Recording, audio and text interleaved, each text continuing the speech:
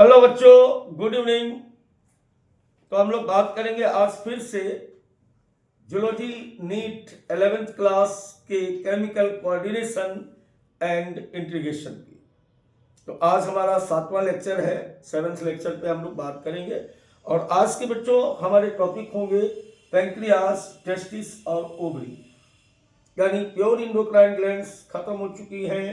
अब हम लोग बात करेंगे मिक्स्ड इंडोक्राइन ग्लैंड की। तो सबसे पहले हम आपको फिर से याद दिला दें कि हमारे शरीर में दो प्रकार की इंडोक्राइन ग्लैंड्स हैं। एक वो ग्लैंड्स होती हैं जो केवल हार्मोन को सिक्रीट करती हैं, उनको हम प्योर इंडोक्राइन ग्लैंड्स कहते हैं। और दूसरे प्रकार की जो ग्लैंड्स होती हैं वो ग्लैंड्स क्या करती हैं पता है आपको, कि एक्सोक्राइन सिक्रीशन के साथ साथ इंडोक्राइन सिक्रीशन भी करती हैं। अर्थात हार्मोन के अलावा भी कुछ पदार्थों को बनाती हैं या स्रावित करती हैं, इसलिए उनको हम हेटेरोक्राइन ग्लैंड्स या मिक्स्ड इंडोक्राइन ग्लैंड्स कहते हैं। तो चलिए बिना टाइम बर्बाद किए आज की क्लास को स्टार्ट करते हैं अब पैंक्रियास के साथ। बेटा पैंक्रियास ये आपके सामने बना हुआ है, हिंदी में इसको हम आग्नेयाशय भी कहते हैं। और वास्तव में अगर हम देखें तो ये इंटेस्टाइन, ये जो आपको दिख रहा है ना, ये छोटी आंत का यू शेप हिस्सा है जिसको हम ड्यूडेनम कहते हैं। ऊपर इसके बेटा स्टमक होता है, इसके बीच में ये लीफ लाइक स्ट्रक्चर पाया जाता है और इस लीफ लाइक स्ट्रक्चर को हम लोग बोलते हैं पैंक्रियास या आग्नेयाशय।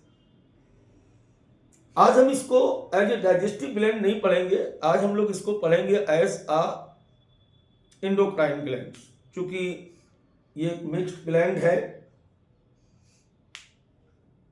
मिक्स्ड ग्लैंड का मतलब बार बार मैं बता रहा हूं आपको कि एक्सोक्राइन के साथ साथ ये इंडोक्राइन भी होती है।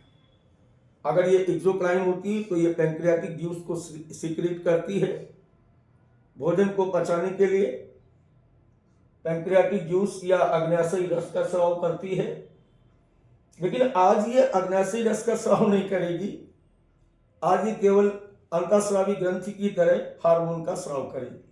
तो सबसे पहले हम आपको बता दें कि इसके अंदर यहां पर जब हम इसको स्लाइड पे देखेंगे, इसका हिस्टोलॉजिकल डायग्राम देखते हैं, तो यहां पर बहुत सारी पैंक्रियाटिक आइसोलेट या आइसोलेट्स ऑफ लैंगरहैंस पाई जाती।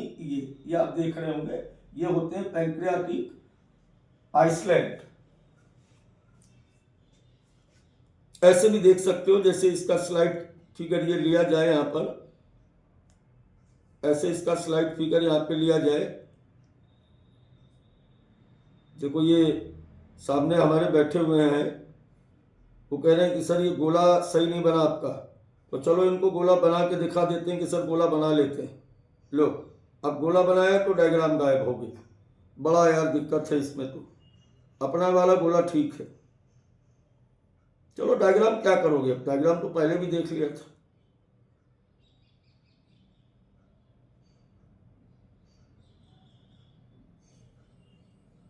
ये देखिए, ये इसी को मैं यहां पर जूम करके आपको दिखा रहा हूं, मजाक बंद हुआ। तो यहाँ पर दो प्रकार के पार्ट हैं, जैसे एक ये आप देख रहे हैं, इसके किनारे किनारे ये जो दिख रहे हैं आपको, इनको हम कहते हैं पैंक्रियाटिक लूब। क्या बोलते हैं बेटा इसको? पैंक्रियाटिक लूब बोलते हैं। और इन पैंक्रियाटिक लूब के बीच बीच में यहाँ पर ये ऐसे, इनको हम कहते हैं लैंगरहैंस की द्वीपिकाएं। क्या हिंदी में बोलेंगे? इनको हम बोलेंगे लैंगरहैंस की द्वीपिकाएं या आइसोलेट्स ऑफ लैंगरहैंस। अब बेटा ये जो आइसोलेट्स ऑफ लैंगरहैंस है, ये इसमें दो प्रकार की सेल होती है। पहले प्रकार की सेल्स को हम कहते हैं यहाँ पर अल्फा सेल्स, और दूसरे प्रकार की सेल्स को हम कहते हैं बीटा सेल्स। जैसे हम यहाँ पे देखना चाहें तो जैसे अपन मान लेते हैं कि ये लाल वाली जो आप देख रहे हैं ना, जैसे ये अभी बनाया, इसको हम कहते हैं अल्फा सेल्स। और एक यहाँ पर ब्लैक बना लेते हैं, तो इसी में ये देखिए, ये इसमें दूसरी सेल्स हैं जिनको हम कहते हैं बीटा सेल्स।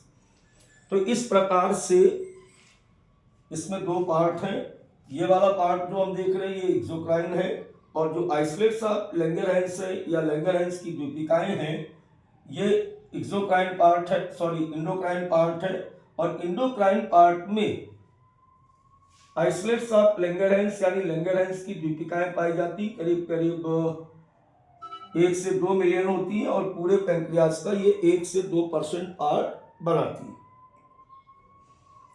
अब चलिए इसका फंक्शन देखते हैं कि अल्फा बीटा सेल्स करती क्या है और किस प्रकार से पैंक्रियाज एक इंडोक्राइन ग्लैंड्स के रूप में जाना जाएगा। तो अगर हम अल्फा सेल्स की बात करें तो अल्फा सेल्स के द्वारा एक विशिष्ट हार्मोन्स निकाला जाता है। इस हार्मोन्स का नाम होता है ग्लूकागॉन। क्या नाम बताया मैंने?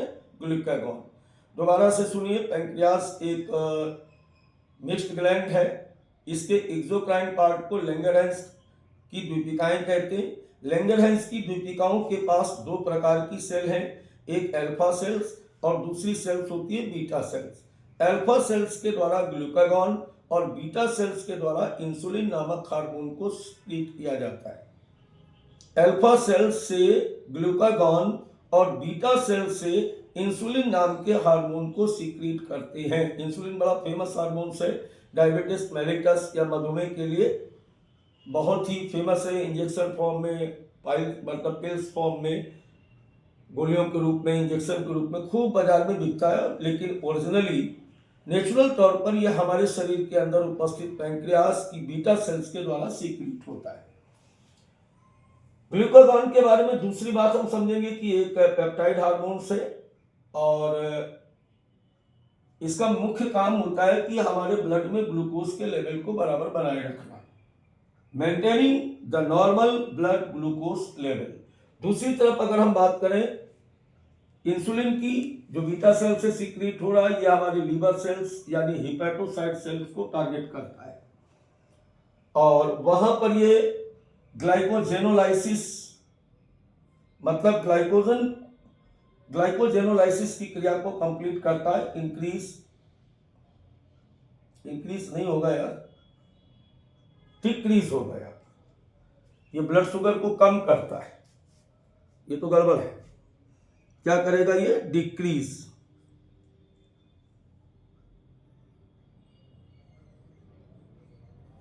डिक्रीज ब्लड शुगर लेवल, और इसीलिए ये एक हाइपर ग्लाइसीमिक हार्मोन्स है। कैसा है?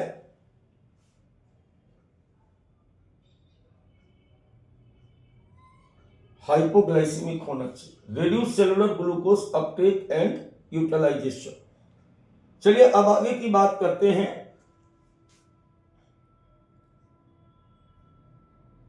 अब अगर हम बात करें फिर से एक बार अल्फा सेल से निकले हुए ग्लूकागॉन के बारे में, तो एक पेप्टाइड हार्मोन्स है, ये रेगुलेट ग्लूकोज होमियोस्टेसिस,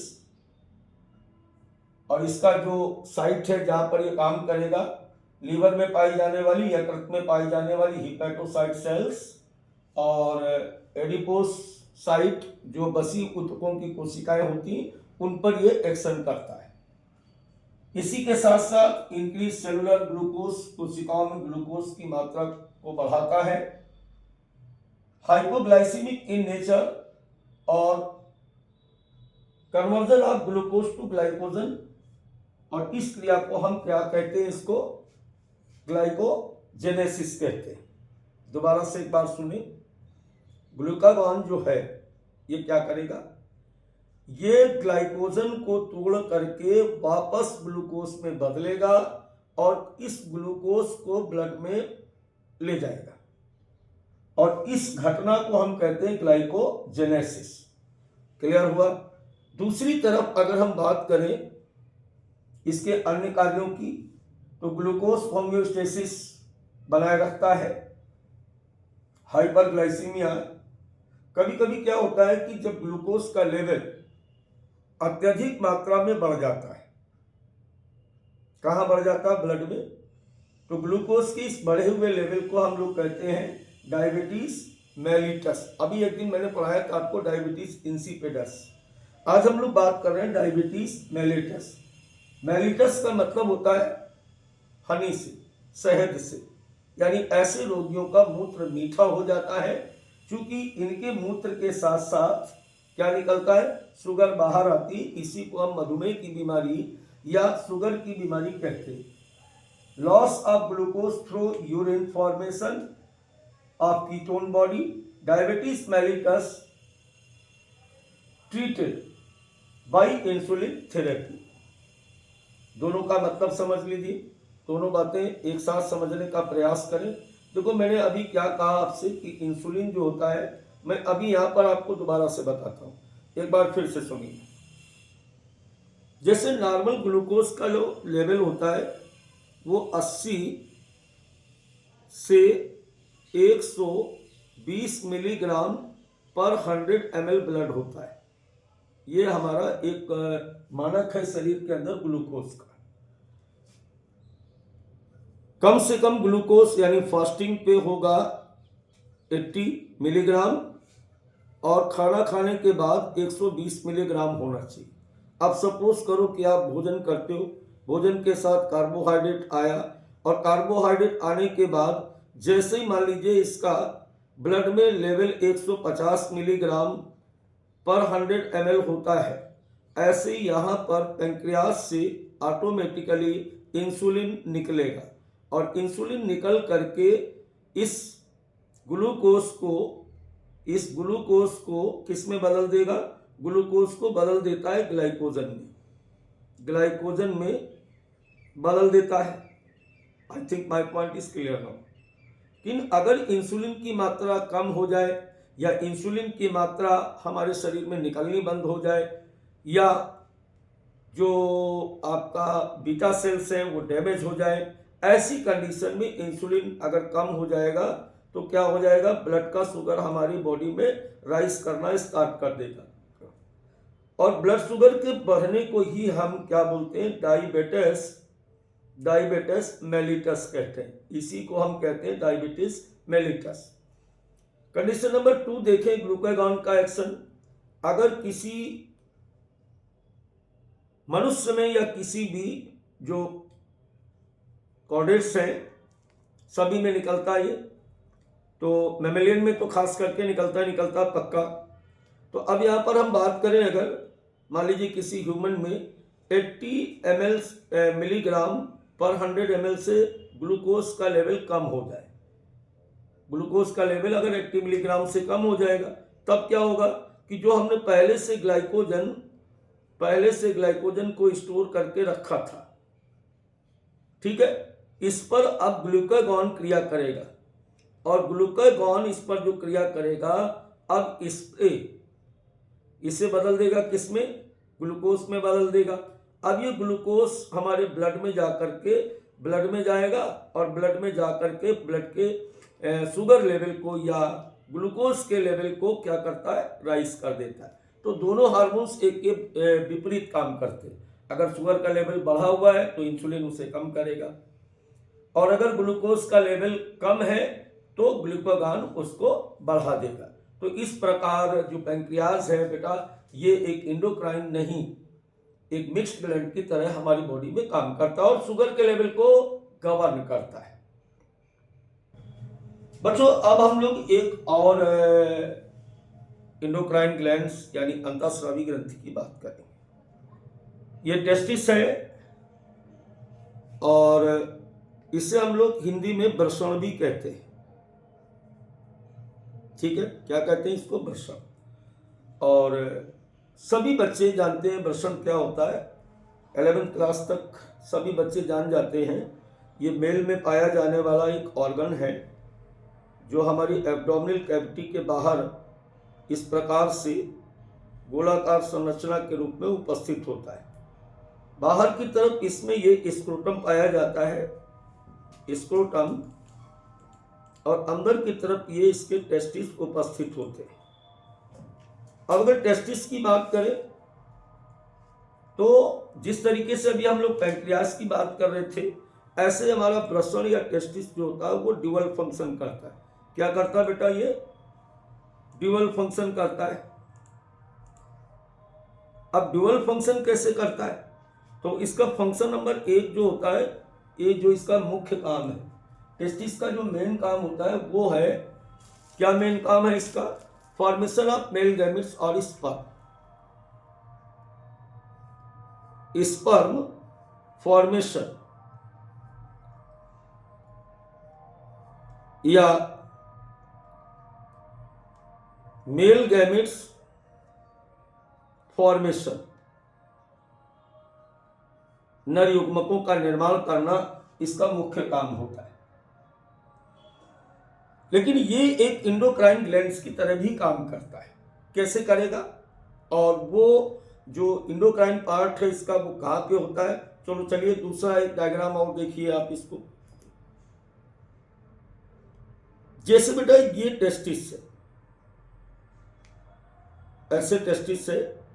टेस्टिस के अंदर बहुत सारी इस प्रकार से ऐसे ये नलिकाओं के समान रचनाएं पाई जाती हैं। पाई जाने वाली इन ट्यूब्यूल्स को हम सेमनीफेरस ट्यूब्यूल्स कहते हैं। क्या कहते हैं इसको? इसे हम कहते हैं सेमनीफेरस ट्यूब्यूल्स। इसके अतिरिक्त यहां पर आप देख रहे हो ये जो डॉटेड आपको दिखाए जा रहे हैं यहाँ पे, ये इसका कनेक्टिव टिश्यू होता है, संयोजी ऊतक होता है। इस संयोजी ऊतक के अंदर इस प्रकार से कुछ सेल्स पाई जाती हैं।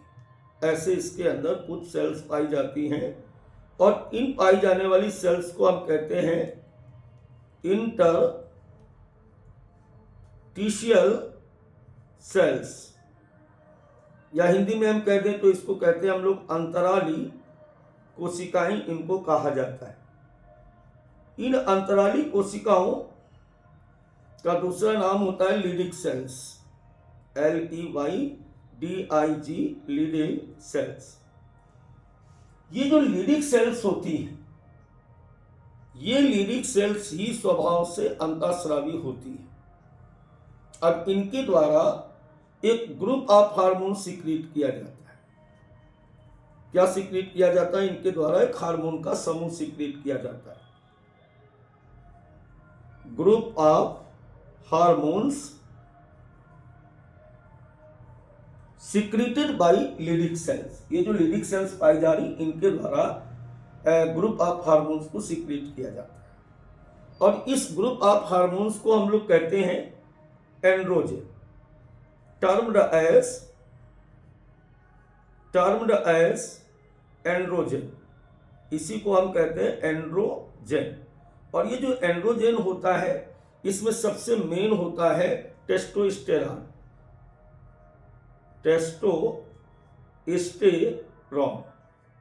ये सबसे मेन एंड्रोजन है। यानी एंड्रोजन कई सारे हार्मोन्स का एक ग्रुप है। एंड्रोजन कई सारे हार्मोन्स का एक ग्रुप है। इसमें सबसे मेन जो होता है उसको हम कहते हैं टेस्टोस्टेरॉन। अब टेस्टोस्टेरॉन हमारे शरीर में क्या करता है, इसका फंक्शन क्या है, जरा ध्यान दीजिए। एंड्रोजन का जो फंक्शन होता है वो development and function of male accessory sex organ, यानी टेस्टिस के अलावा जो हमारे शरीर में नर जननांग होते हैं, जैसे यहाँ पर वासा इफरेंसिया, वासा डिफरेंसिया, इपिडिडाइमिस और इजाकुलेटरी डक्ट, ये जो यूरेथ्रा, ये जो एसेसरी जो सहायक ऑर्गन होते हैं, जिनको हम सहायक लैंगिक अंग कहते हैं, उन सभी की ग्रोथ के लिए, उन सभी के डेवलपमेंट के लिए टेस्टोस्टेरॉन जिम्मेदार होता है। दूसरा इसका बेटा काम होता है मस्कुलर ग्रोथ। यह हमारे शरीर की पेशियों को वृद्धि कराता है। यानी बच्चे से जब आप जवान हो रहे होते हैं तो शरीर में जो मस्कुलर चेंज आता है वो भी सब टेस्टोस्टेरॉन का कमाल होता है, यानी टेस्टोस्टेरॉन ही इसको गवर्न करता है। तीसरा इसका फंक्शन होता है growth of facial and axillary hair, दाढ़ी मूंछ का विकास, और हाथों के नीचे जो बाल निकलते हैं एक्सिलरी हेयर, इनको निकालने, यानी चेस्ट हेयर, प्यूबर्टी हेयर, वो सभी इसी हार्मोन्स के स्टिमुलेशन के कारण निकलते हैं।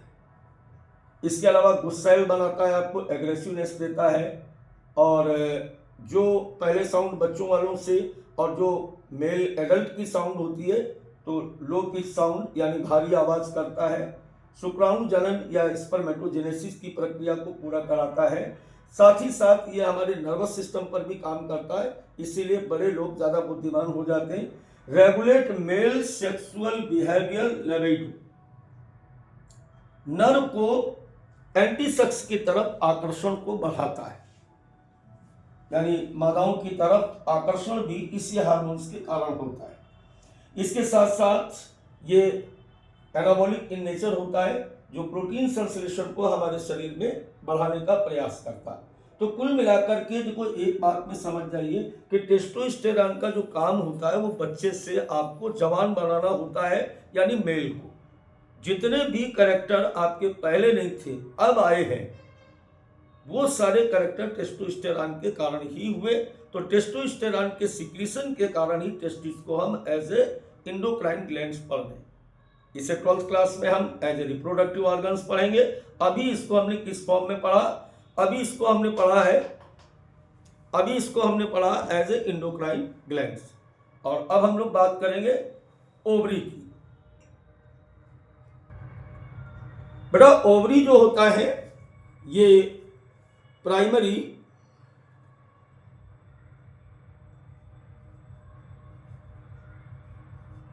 फीमेल सेक्स ऑर्गन होता है, फीमेल सेक्स ऑर्गन होता है, यानी मुख्य रूप से ये मादा प्रजनन अंग है। और मादा प्रजनन अंग है, जैसे टेस्टिस नर प्रजनन अंग था, ऐसे ये मादा प्रजनन अंग है। और इसका भी जो काम है ना, इसका जो काम है ये भी ड्यूअल फंक्शन करती है। इसके भी दो काम है, डुअल फंक्शन करेगी। पहला काम इसका जो प्राइमरी फंक्शन होता है वो होता है प्रोड्यूस ओवम, अंडे को बनाती है। और या यूँ कह लें कि फीमेल रिप्रोडक्टिव ऑर्गन्स है तो फीमेल गैमेट्स बनाती है। प्रोड्यूस्ड ओवम एंड और फॉर्मेशन ऑफ फीमेल गैमेट्स।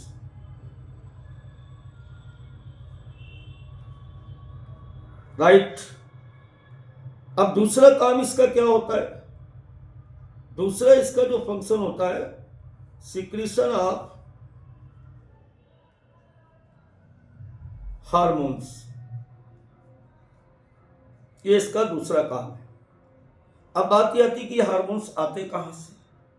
जैसे मैंने टेस्टिस में बताया कि इंटरटिशियल सेल्स पाई जाती थी और उन इंटरटिशियल सेल्स के द्वारा हार्मोन को सीक्रेट किया जाता था। तो चलिए, जैसे ये कोई ओवरी है, इस तरीके से ये ओवरी है, ऐसे वैसे ही बादाम की शेप में होती है ये। और इसमें बहुत सारे जगह जगह पर ये ओवेरियन फॉलिकल्स पाए जाते हैं। ये यहाँ पे पाए जाते हैं ओवेरियन फॉलिकल्स। क्या नाम बताया इसका मैंने? इसका नाम होता है ओवेरियन फॉलिकल्स। इन ओवेरियन फॉलिकल्स के द्वारा एक हार्मोन सीक्रेट किया जाता है। इस हार्मोन्स का नाम होता है एस्ट्रोजन। क्या सीक्रेट करेगी ये सीक्रेट करती एस्ट्रोजन नाम के हार्मोन को सीक्रेट करती। यानी ये जो ओवरी है ये क्या है? ये ओवरी है, अंडाशय है। अंडाशय में क्या पाया जा रहा है? ओवेरियन फॉलिकल पाया जाता है। और ओवेरियन फॉलिकल से एक हार्मोन्स निकलता है जिसका नाम होता है एस्ट्रोजन। जब ये ओवेरियन फॉलिकल फट जाता है, रप्चर हो जाता है, तो क्या होगा इसमें होता है कि इस तरीके से यहाँ से फूट जाएगा। और फूटने के बाद इससे अंडा जो होता है बेटा ये बाहर निकल जाता है। अंडा ऐसे बाहर निकल गया और जो ये स्कार बचा, यही स्कार आगे चल करके एक ऐसे स्पॉट में बदल जाता है। ये भी एक इंडोक्राइन ग्लैंड्स की तरह काम करता है और इसका नाम होता है कॉर्पस लुटियम। क्या नाम बताया इसका? इसका नाम होता है कॉर्पस लुटियम। इस कॉर्पस लुटियम के द्वारा भी एक हार्मोन्स निकलता है जिसका नाम होता है प्रोजेस्टेरॉन। क्या नाम होता है इसका? प्रोजेस्टेरॉन। तो एक बार दोबारा से पूरी बात को समझ ले कि ओवरी जो है ये बेटा हमारा प्राइमरी फीमेल सेक्स ऑर्गन से प्रमुख मादा प्रजनन अंग होता है। लेकिन यह भी टेस्टिस के तरह दो प्रकार के काम करता है। पहला काम इसका ये होता है कि अंडे बनाता है या फीमेल गैमेट्स मादा युग्मकों का निर्माण करता है, लेकिन दूसरा काम इसका एज ए एंडोक्राइन ग्लैंड्स भी है। इसके द्वारा हार्मोन सिक्रीट किए जाते हैं, और ये जो हार्मोन्स होते हैं बच्चों, ये ओवरी में उपस्थित ओवेरियन फॉलिकल और कार्पस लुटियम से सीक्रेट होते हैं। जो ओवेरियन फॉलिकल होता है उससे निकलते हैं एस्ट्रोजन, और जो कार्पस लुटियम होता है उससे निकलता है progesterone. I think my point is clear now. अब बात केवल बच रही है कि इन दोनों हार्मोन्स के काम क्या होते हैं। देखो, ये वर्क जो होते हैं ये आपको याद करने पड़ेंगे, इसमें हम आपकी कोई मदद नहीं कर सकते, हम केवल बता सकते हैं कि ये इन पॉइंट पर आपको ध्यान देना है। तो पहला फंक्शन है ईस्ट्रोजन का, growth and development of female secondary sex organs. मादा में जो सेकेंडरी सेक्सुअल कैरेक्टर आते हैं जिससे बच्ची से वो बड़ी लड़की में बदलती है, जितने भी बदलाव होते हैं, चाहे वो स्तन ग्रंथियों का बदलाव हो, चाहे मेंस्ट्रुअल साइकिल का, मासिक धर्म का बदलाव हो, या वॉइस यानी आवाज में बदलाव हो, वो सारे के सारे बदलाव इस एस्ट्रोजन के द्वारा किए जाते हैं। जैसे development of growing ovarian follicle, high pitch of voice, mammary glands development, female sexual behaviour, ये सारे के सारे काम जो होते हैं ये एस्ट्रोजन के होते हैं। दोबारा हिंदी में सुने, मैंने क्या कहा कि वास्तव में एक लड़की से मादा, एक बच्ची से लड़की बनने में जो भी चेंजेस आते हैं, और नर की तरफ मादाओं के आकर्षण को भी ये क्या लिखा हुआ, फीमेल सेक्सुअल बिहेवियर को भी ये गवर्न करते हैं, स्तन ग्रंथियों का विकास कराते हैं, आवाज को बदलते हैं, और अंडे का निर्माण प्रक्रिया प्रारंभ कराते हैं, मेंस्ट्रुअल साइकिल को में भी गवर्न करने में बहुत बड़ी इनकी भूमिका होती है। तो बेटा इस तरीके से जो ओवरी होती है एज ए एंडोक्राइन ग्लैंड्स भी बहुत तगड़ा रोल इसका रहता है। अब इसमें से बात करें अगर हम प्रोजेस्टेरॉन की, प्रोजेस्टेरॉन कहां से निकला था, कार्पस लुटियम से निकला था, और निकल करके क्या क्या कर रहा है, सपोर्ट प्रेगनेंसी। जब तक प्रोजेस्टेरॉन निकलता रहेगा तब तक मेंस्ट्रुअल साइकिल नहीं होती है और प्रेगनेंसी कंसीव होगी, यानी ये गर्भावस्था को बनाए रखने में हेल्प करता है। दूसरा इसका काम होता है growth and development of mammary glands, स्तन ग्रंथियों के विकास में और उनके मिल्क सिक्रीशन में भी हेल्प करता है। तो माय डियर बच्चों, मैं समझता हूं कि आपको पैंक्रियास, टेस्टिस और ओवरी पूरी तरह से समझ में आ गया होगा। अब अगर देखा जाए एनसीईआरटी बुक के सिलेबस को, तो अपने पास 2 लेक्चर और बच रहे हैं, जिसमें एक में हम किडनी, हार्ट, गैस्ट्रोइंटेस्टाइनल ट्रैक्ट के बारे में बात करेंगे, और लास्ट लेक्चर जो इसका होगा कि हार्मोन सेल पर एक्शन कैसे करता है। लेकिन इसी बीच में हम लोग बीच में डीपीपी भी करेंगे, जहां तक अभी हम लोग क्लास को कर चुके हैं। तो चलिए फिर मिलते हैं एक नई क्लास के साथ। Bye bye.